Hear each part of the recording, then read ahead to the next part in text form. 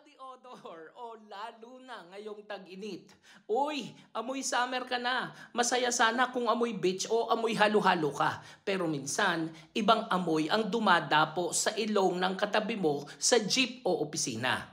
Lalo na ngayong tag-init, mas mabilis tayong pagpawisan at dito nagsisimula ang body odor o amoy ng katawan. Ano ba ang sanhi ng body odor? Hindi talaga pawis ang mabaho. Ang pawis ay halos tubig lang.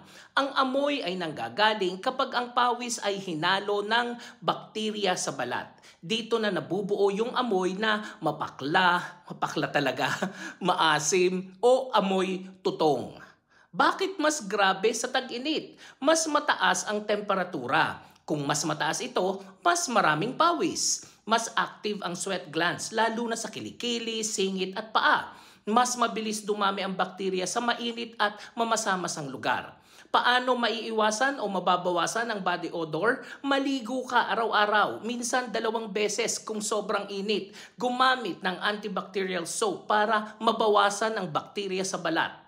Tuyo dapat ang katawan bago magbihis, lalo na ang kilikili, singit at paa. Gumamit ng deodorant o antiperspirant.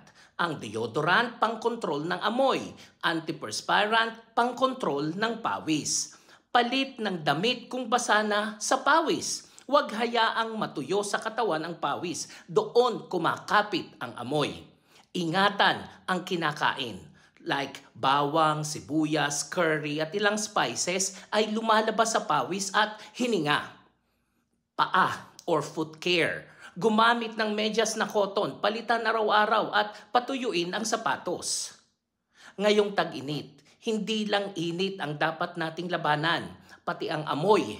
Tandaan, ang body odor ay hindi lang tungkol sa kalinisan, kundi sa disiplina at malasakit sa kapwa.